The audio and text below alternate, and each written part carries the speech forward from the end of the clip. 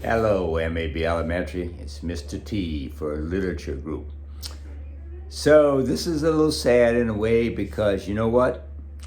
These are the last two short chapters of our incredible journey. And it's been a wonderful journey, hasn't it?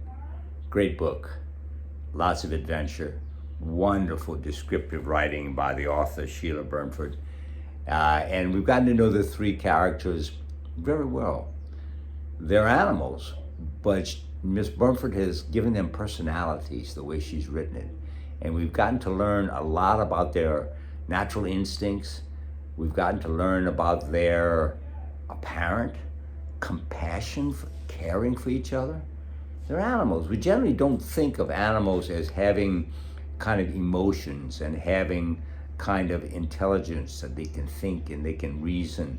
And it's instincts are powerful, but she's captured in these three animals something very special, and it causes you to think about how animals are and how humans should relate to animals. So I love the book, and I've enjoyed reading it. Let's see what happens. I'll give you a hint with the picture, the illustration in chapter 10. So here we go. Pieces of a jigsaw puzzle were gradually joining together, and the picture was taking shape. In eastern Canada, a liner was steaming up the St. Lawrence River, the heights of Quebec receding in the distance as she made her way to Montreal. Leaning against the railing on the upper deck, watching the panorama of the river, were the Hunter family, the Hunters, returning from their long stay in England.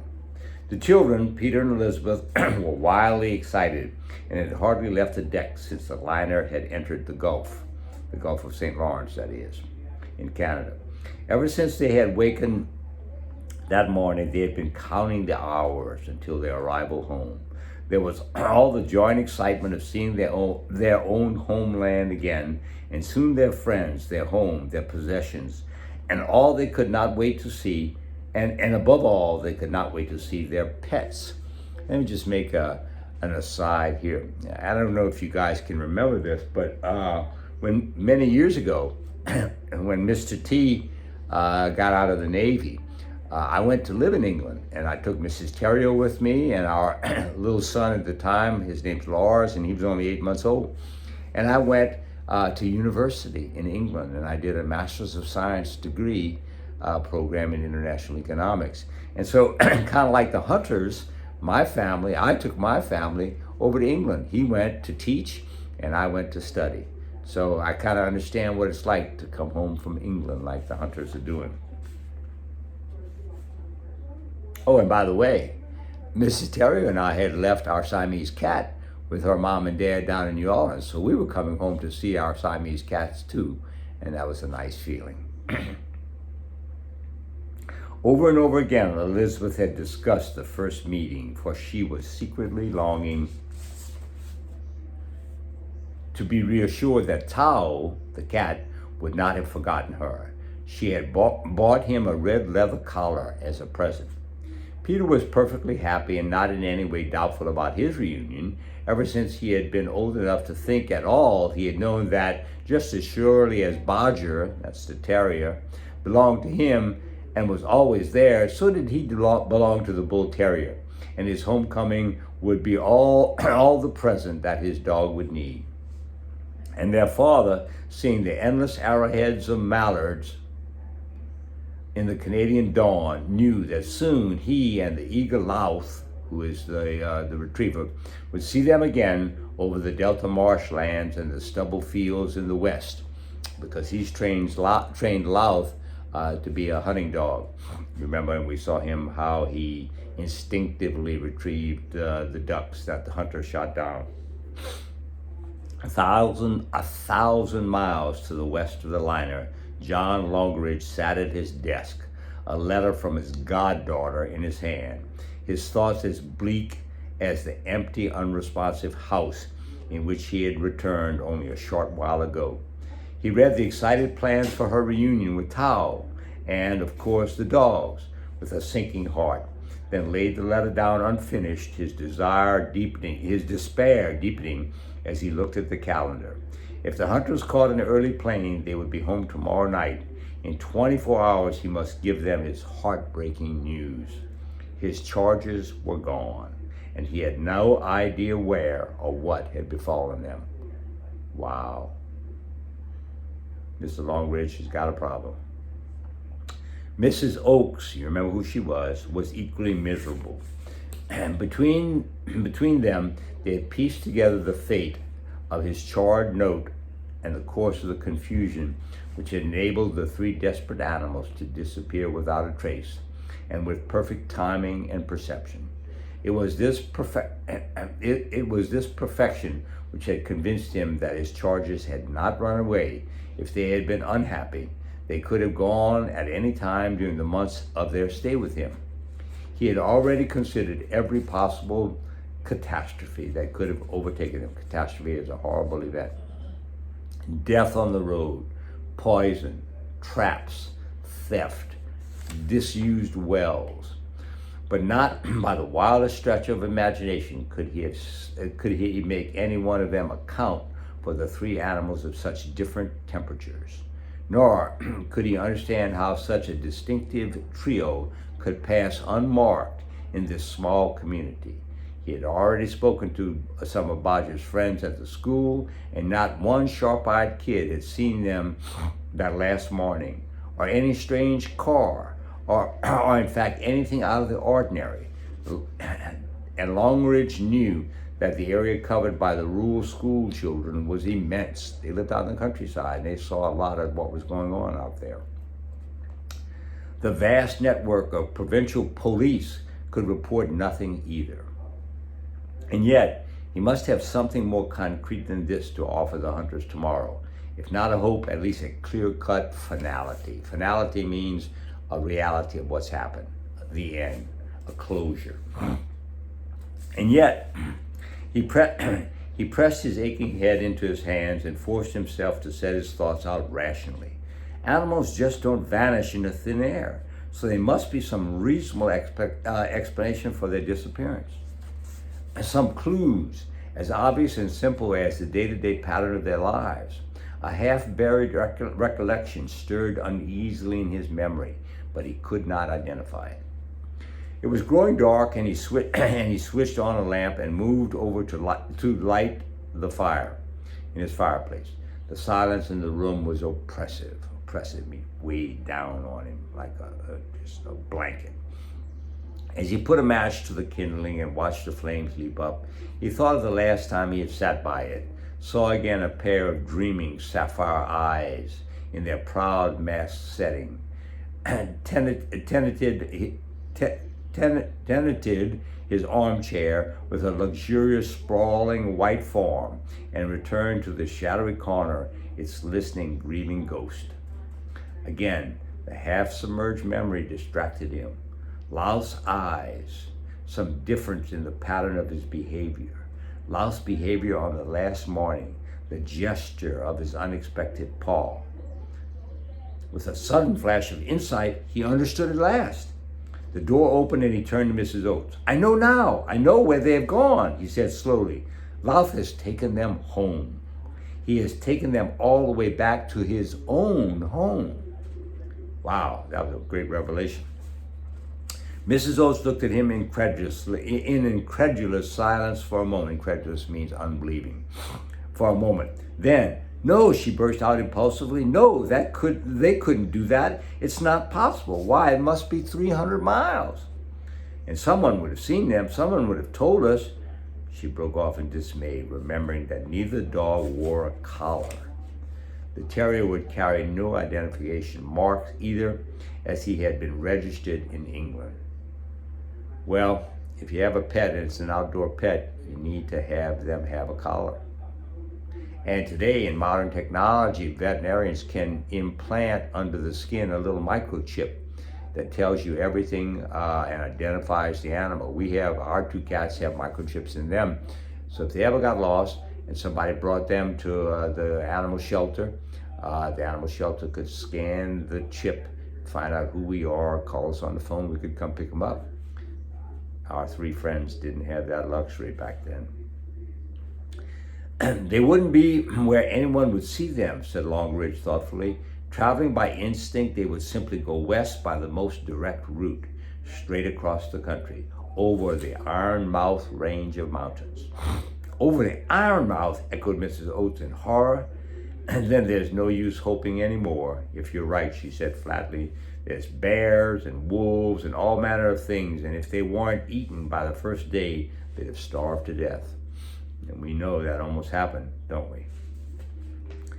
She looked so stricken and forlorn that Longridge suggested there was a good chance that they had been befriended by some remote prospector or hunter. Perhaps, he enlarged, even now making his way to a telephone. But Mrs. Oates was inconsolable. Inconsolable means in is a prefix, means not. Consolable means to be comforted. She was not comfortable. Don't let's fool ourselves anymore, Mr. Longridge, she broke in. I dare say a young dog could have crossed the country, possibly even a cat. But there's nothing like a cat to look out after himself. But you know, as well as I do, that old Bodger couldn't last 10 miles, much less 300. He used to be tired out after I'd walked him just to my sister's and back. Oh, I know that half of it was put on to get something out of me, she admitted with a watery smile, catching Longridge's eye. But it's a fact. No dog as old as that could go gallivanting across the wilderness and live for more than a day or two. Her words fell away in a silence, and they both looked out at the ominous dusk. Ominous means foreboding, scary. Dusk is the setting of the sun. You're right, Miss Oates, said Longridge wearily at last. We just have to face it. The old fellow almost certainly is dead. After all, it's been nearly 4 weeks. And I wouldn't give a candle for Tao's chances either, he added. If we're going to be honest, Siamese can't stand the cold. But if they did make it for their own home, there's a chance at least that a big, powerful dog like Louth would get there. That Louth, said Mrs. Oates darkly, leading that gentle old lamb to his death, and that unnatural cat egging him on, no doubt. Not that I ever had any favorites, but see how Mrs. Oates described him. That's exactly what happened, isn't it? Louth, the retriever, leading the gentle old lamb, Bodger, to his death, and that unnatural cat, Tao, egging him on, no doubt. The door shut, and Longridge knew that behind it she was weeping for all of them. Now that Longridge had his conviction to work on, he wasted no time. He called the chief ranger of land and forest and received assurance that word would be circulated throughout the department, and the game wardens and foresters who were out in the forest are often contacted tomorrow. The chief ranger suggested calling a local bush pilot who flew hunters into the remote parts of the bush and knew most of the Indian guys. So a bush pilot is a pilot who flies planes, often seaplanes, that can land on lakes and rivers in the wilderness because there's no runways out there, that take hunters who go out and hunt ducks or fishermen who go out to fish in remote Canadian in the wilderness. The pilot was out on a trip and would not return until tomorrow. His wife suggested the editor of the rules section of the local newspaper. The editor was still not back from covering a plowing match. His mother said that the hydro maintenance crew covered a large area of the country. The line supervisor said he would be able to get in touch with the crews in the morning. He suggested the rural telephone supervisor, who was a clearinghouse of information for miles around. So, as Longridge looks into getting the word out about the 3 lost animals, turns out there's a network of people who know a lot about the wilderness, and he's got different ideas and putting the word out as to if anybody's seen our friends. Everyone was sympathetic. They felt for these animals. and helpful, but he was no farther on, means he hadn't made any progress. He postponed his probable frustration of hearing that the supervisor would not be back from visiting her niece across the river until tomorrow, or that a storm had swept all the rule lines down, and searched for a map of the area. He found a large-scale one, then drew a connecting line between his own small township and the university town where the hunters lived, marking down the place names through which it passed. He found to his dismay that there were very few of these, the line passing mostly through uninhabited regions of lakes and hills. So the chances of our three friends going through a town and being seen by or protected by humans was small. It's nothing but wilderness. The last 40 or 50 miles seemed particularly grim and forbidding, most of it belonging to the Strullen Game Reserve.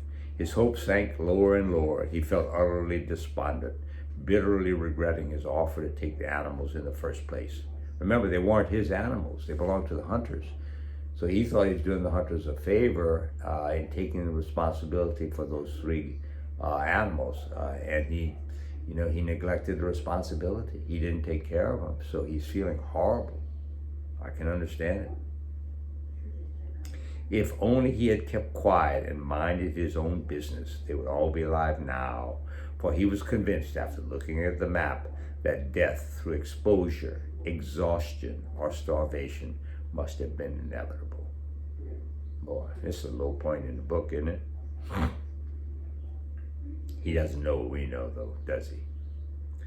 And tomorrow the hunters would be home again. Dejectedly, he picked up the phone and asked for the rural supervisor. Dejectedly means downtrodden, depressed. Late that night, the telephone rang. The telephone operator in Lintola, must be a small town out in the wilderness. Longridge glanced at the map to find Lintola a good many miles south of his line. And the operator in Lintola had some information. The school teacher had mentioned that a little Nurmi girl had rescued a half-drowned Siamese cat from the flooded River Keg about 2 weeks ago, but it had disappeared again a few days afterwards. You remember that episode. If Mr. Longridge would call Lintola 29, ring 4 tomorrow. These are rural phone systems, so only a 2-digit phone number, 29. And ring 4 tomorrow at noon. She would try and have the child there, and he could talk to her himself. The supervisor had one other piece of information which she offered rather it's broken at the syllable, definitively, for what it was worth. Old Jeremy Auburn, who lived up in the Doranda mine, at the Doranda mine, had talked about visitors when he came in for his monthly mail collection. Whereas everybody knew that the last visitor who had made the 12-mile walk through the bush to the mine had been his brother, who had been dead now for the last 3 years. That poor old man. You remember the deluded old man who thought that our visitors were humans? Yeah. His only explanation had been that they were delightful people. Old Mr. Auburn had lived so long with only wild animals for company that he might easily be confused, she added delicately. Longridge thanked her warmly and put the receiver back, picking up the map. He discounted the information about the old recluse at the Doranda mine, Mr. Auburn, who had probably met some prospectors or Indians, and concentrated on Lintola. It looked as though he had been right then. They were indeed making for their own home. 2 weeks ago, he puzzled, means he's thinking, the cat had been alive, and according to Longridge's map, must have traveled over 100 miles. But what had happened to the other two? Must he now face the probability that Laos too was dead, drowned possibly, as the cat would surely have been, except for the little girl.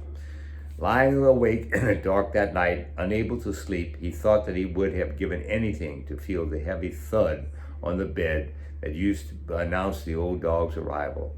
How extremely unloving and intolerant he had felt so often. Waking in the middle of the night to the relentless shoving and pushing of his undesirable and selfish bedfellow. Tonight, he reflected wearily, I'd give him the whole bed. I'd even sleep in the basket myself, if only he would come back.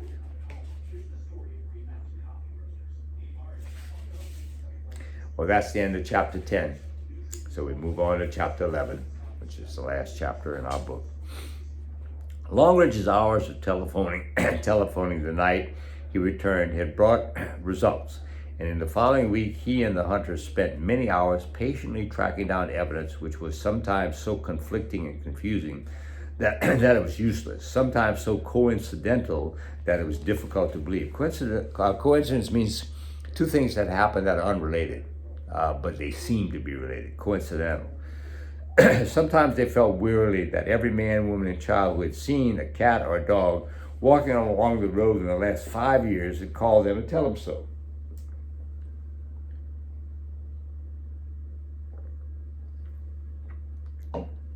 See, people were trying to be helpful. But on the whole, everyone had been extremely helpful and kind, and they had evidence of several genuine encounters. When the results had been sifted down, they bore out Longridge's original guess as to the line of travel. The dogs, nothing further had been heard of the cat, had taken an almost perfect compass course due west. Wow, how did they know? The line he had drawn on the map had been remarkably accurate. The brother of one of the bush pilot's Indian guides had met a cousin recently returned from rice harvesting who had some wild story about a cat and a dog appearing out of the night and casting a spell over the rice crop so that it multiplied 1,000-fold. And a little girl called Helvi Nurmui, her voice distressful and tearful, had described in detail the beautiful Siamese cat who had stayed for so short a time with her. Remember? Somewhere in the Ironmouth Range, a forester had reported seeing 2 dogs, and a surly farmer who had been overheard in Joe Wood's general store, where there was a public telephone, he was talking, Phillipville, saying that if he could lay his hands on a certain white dog, ugly as sin he was, a great vicious, powerful beast who had killed a flock of his prize-winning chickens and savagely beaten up a poor, peace-loving collie dog, he would break every bone in his body. Peter had smiled for the first time on hearing this. As Peter hunted the young boy. Peter had smiled for the first time on hearing this. It had conjured up for him a vivid picture of Bodger in his aggressive element, thoroughly enjoying himself in a fight, cheerfully wicked and unrepentant as ever. He would rather have heard this than anything, for he knew that his unquenchable, wayward old clown was not made for sadness or uncertainty. His deep grief he kept to himself and would not undermine it now with a softening hope. Bodger was dead, Louth almost certainly so, and his conviction was steady and unalterable, unchangeable. So Peter's given up, given the stories that he's heard. And that's understandable.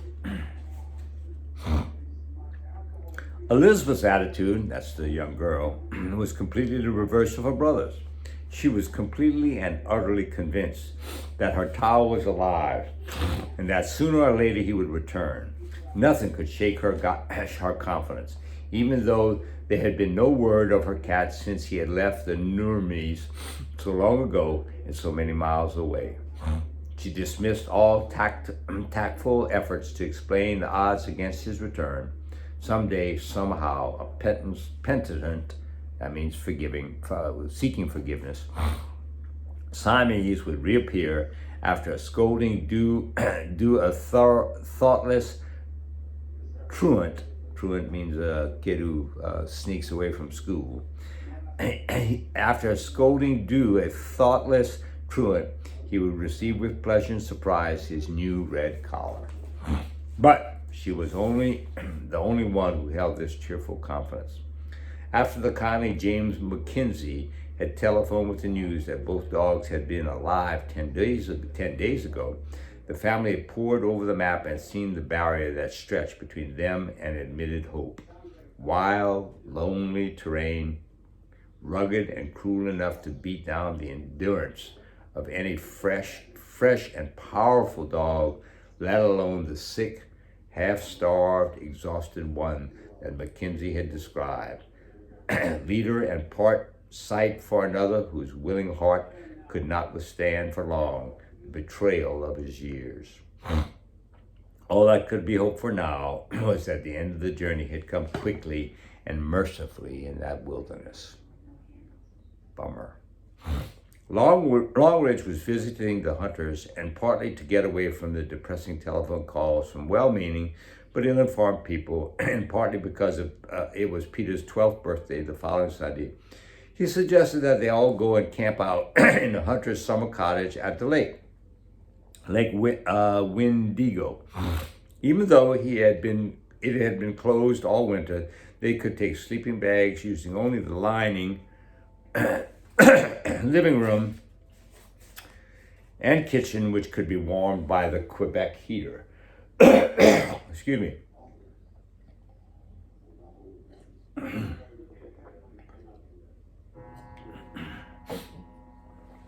At first, there had been some qualms from Elizabeth about leaving the house in case Tao should choose that weekend to return.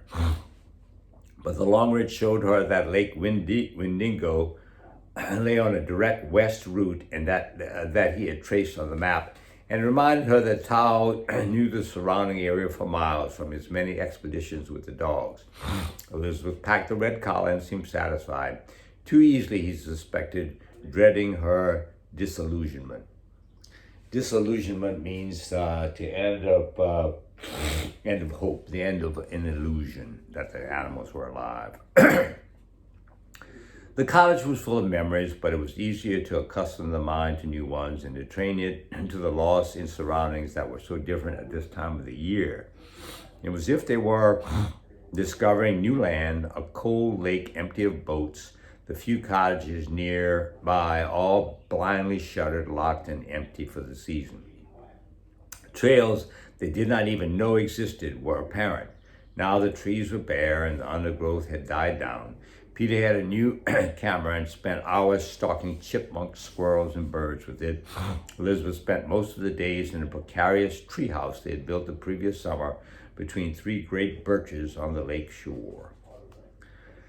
On the last afternoon, the Sunday of Peter's birthday, they decided to make a last expedition, taking the old Allen Lake Trail, then cutting off up the face of the hill to Lookout Point, and returning by the lake shore. It was an exhilarating walk through the clear, crisp winter air, the leaves thick and soft along the quiet trails, over everything and the indefinable healing peace and stillness of the Northland bush. They walked for the most part in companionable silence, each busy with his own thoughts. To Jim Hunter, a walk without a dog lacked savor. And he remembered other fall days when, gun in hand, he had walked through the same peaceful solitude, while ranging from side to side, the excited summons to a treed partridge, the gentleness of his dog's mouth around the soft fallen bird, then dawns and dusks on the Manitoba marshes and lakes crowded his memory. Freezing hours of patient waiting, shared in canoes and blinds and stubble fields, while he was hunting for ducks. The thought of Laos' last retrieve, as Mackenzie had described it, affected Hunter more than anything else. He knew the frustrated humiliation his dog must feel with his pain-locked mouth and a bird to be brought in. Peter had taken a short cut up the steep rock-bound hill side of the hill. He sat on a log, staring into space, and he too remembered this time last year when he had tried to train Bodger as a gun dog by throwing a stuffed leather glove into the bush after firing his BB gun. The willing cooperation and eager retriever the first day, then increasingly limp-tailed boredom and sulky ears, followed by a deepening deafness, limping paws, and an unbearable air of martyrdom. The termination 2 days running so subtly by Bodger's appearance out of the bush with a diligent, puzzled expression, but no leather glove. He tried to train Bodger to be a hunter, but Bodger was having none of it. The corners of Peter's mouth lifted when he remembered the scene that followed. The third day's throw and shot, then the quiet stalker after his white hope into the depths of the bush, and the wily Bodger furiously digging a third glove grave. Bodger was burying the gloves. He sighed now in his sudden loneliness, rubbing his eyes with the back of his hand, and picked up his camera for he could hear the family coming. And that's what you do. If you've had wonderful pets in your life and they're gone, and that happens eventually, you have great memories of wonderful times with them, and that stays with you, so you can keep the animals and people too alive in your memory. That's something that humans can do, and it's very special for us as being able to do that. They sat for a long time on the flat rocks of the Lookout Hill, where long ago the Indians had built their warning signal fires, looking across the endless chain of lakes and tree-covered hills to the distant blur that was the great Lake Superior. It was very peaceful and quiet. A chickadee sang his poignant little piece for them, and the inevitable Whiskey Jack arrived on the soundless wings to pick up cookie crumbs from within a few feet. Everyone was silent and preoccupied. Sound like a moment, doesn't it? Our author is setting us up. Suddenly, Elizabeth stood up. "Listen," she said. "Listen, Daddy. I can hear a dog barking." Complete and utter silence fell as everyone strained their ears in the directions of the hills beyond. No one heard anything. "Oh, you're imagining things," said Mother. "Or perhaps it was a fox. Come along, we must get back." Wait, just 1 minute. You'll be able to hear it in a minute too," whispered Elizabeth, and her mother, remembering the child's hearing was still young and acute enough to hear the squeaking noise of bats and other noises lost forever to adults, and now even to Peter, remained silent. Elizabeth's tense, listening expression changed to a slow, dawning smile. "It's Louse," she announced matter-of-factly. "I know his bark." "Don't do this to us, Liz," said her father gently, disbelieving its... Now Peter thought he heard something too. Shh! There was silence again, everyone straining to hear in an agony of suspense. But nothing was heard. But Elizabeth had been so convinced, the knowledge written so plainly on her face, that now Jim Hunter experienced a queer, urgent expectancy. Every nerve in his body tingled with certain awareness that something was going to happen. He rose and hurried down the narrow path to where it joined the broader track leading around the hill. "Whistle, Dad," said Peter breathlessly behind him. The sound rang out, piercing, shrill, and sweet, and almost before the echo rebounded, a joyous, answering bark rang around the surrounding hills. Oh my goodness. They stood there in a quiet afternoon, their taut bodies awaiting the relief of suspense. They stood at the road's end, waiting to welcome a weary traveler who had journeyed so far with such faith along it. They had not long to wait. Hurtling through the bushes on the high hillside of the trail, a small, black-tipped, wheaten body leapt the last 6 feet down with careless grace and landed softly at their feet. The unearthly, discordant wail of a welcoming Siamese cat rent the air. Elizabeth's face was radiant with joy. She kneeled and picked up the ecstatic, purring cat. "Oh, Tao," she said softly, and she gathered him into her arms. As she gathered him into her arms, his black needle-tipped paws lovingly around her neck.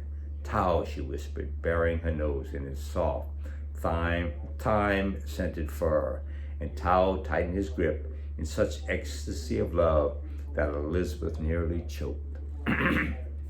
Longridge had never thought of himself as being a particularly emotional man, but when he saw the Labrador appearing an instant later, a gaunt, stare-coated shadow of the beautiful dog he had last seen, running as fast as his legs would carry him towards his master, all his soul shining out of sunken eyes, he felt a lump in his throat.